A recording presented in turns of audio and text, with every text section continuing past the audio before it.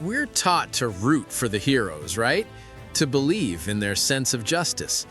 But what happens when the bad guys start making a little too much sense? What if the villains we were supposed to hate actually had a point? Good versus evil. It's a classic for a reason. But in the world of anime, those lines get blurry, creating villains so compelling and logical that you can't help but nod along. We're not talking about your average mustache-twirling bad guys. We're talking about philosophers, revolutionaries, and tragic figures. Their methods are monstrous, sure, but their reasons? Disturbingly sound. Today, we're looking at anime villains who were, in their own twisted way, totally right. Number 5. Light Yagami.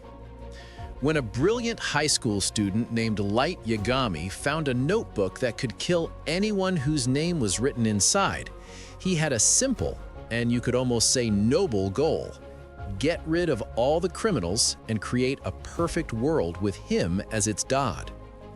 And in the world of the show, it seemed to work. We're told that with criminals dying of heart attacks left and right, global crime rates dropped by 70% and wars ground to a halt. Light's philosophy is a dark take on the ends justify the means. He figured that by wiping out all the bad guys, he was creating a better world for all the good, law-abiding people. The problem was his massive God complex. His definition of evil started with violent criminals, but quickly grew to include anyone who got in his way, including innocent FBI agents. He became a tyrant, drunk on the power to decide who lives and who dies, creating a world ruled not by justice, but by fear of an invisible killer.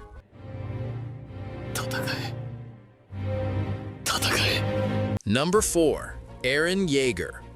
Few characters have started as many arguments as Eren Yeager. For most of his life, his goal was simple and heroic: kill all the Titans who destroyed his home and killed his people. But when he learned the truth that his people were hated by the rest of the world and marked for destruction, his mission turned into something much, much darker. Eren's final move, the Rumbling, was an act of global genocide meant to protect his friends and home. His logic was brutal and born from pure desperation. It was either us or them. Faced with a world that wanted his people gone, he chose to unleash an army of colossal titans to trample 80% of the population outside of Paradise Island, ending the cycle of hate by wiping out nearly all of his enemies. It was a monstrous act, but from his point of view, it was the only way to guarantee a future for the people he loved. The tragedy of Eren is that he became a mass murderer to save his friends, sacrificing his own humanity and millions of innocent lives in the process. What? No! How? Now you perish. Number 3. Scar. Wrath, vengeance, and a twisted sense of divine justice. These are the things that drive the Ishvalan survivor known only as Scar.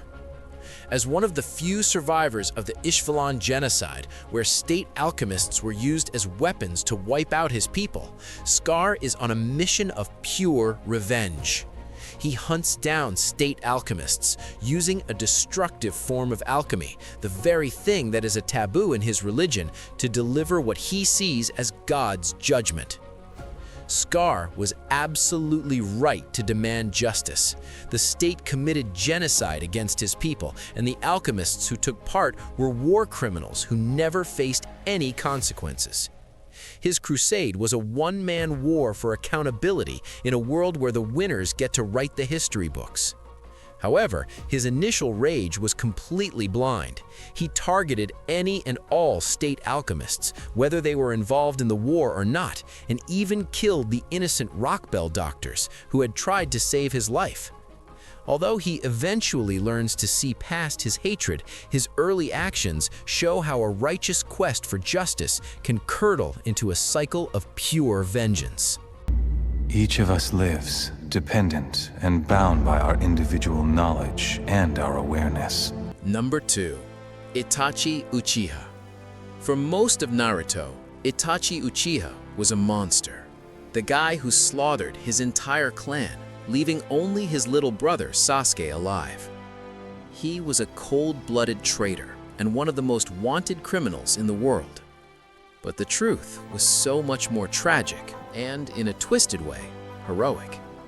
Itachi was given an impossible choice. The Uchiha clan was planning a coup that would have thrown the Hidden Leaf Village into a civil war and likely sparked a larger global conflict. On secret orders from the village elders, Itachi chose what he saw as the lesser of two evils. He killed his own clan to prevent a massive war, saving countless lives, including Sasuke's. He sacrificed everything, his family, his name, his entire life, to become a villain in the eyes of the world, all to protect the peace from the shadows. His actions were horrific and left Sasuke with unimaginable trauma. But Itachi was a true shinobi who shouldered the world's hatred for the greater good. You fought rather well, considering your wounds.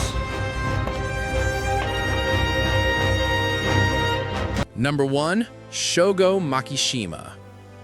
And at number 1, we have the man who challenged the very idea of a perfect society, Shogo Makishima. In a world run by the Sibyl system, a hive mind that judges your criminal potential before you even do anything, Makishima was a ghost in the machine. He was criminally asymptomatic, meaning his psychopaths stayed perfectly clear no matter what horrible things he did, making him invisible to the law. Pause.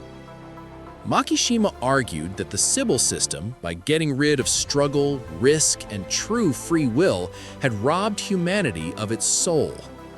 Slow. He believed people only had value when they acted on their own desires, for good or for bad. Pause. To prove his point, he unleashed chaos, not just for fun, but to force people to think for themselves and to show the fatal flaws in a society that had handed its morality over to a machine. And he was right. A world without free will is just a pretty cage. Pause. But his methods were monstrously cruel, as he murdered and manipulated people just to make a philosophical point, treating them like disposable pawns in his social experiment.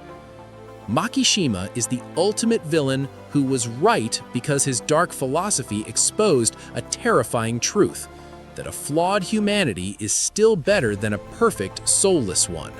From cosmic thinkers to tragic revolutionaries, these villains make us look past their terrible deeds and really think about their unsettling logic.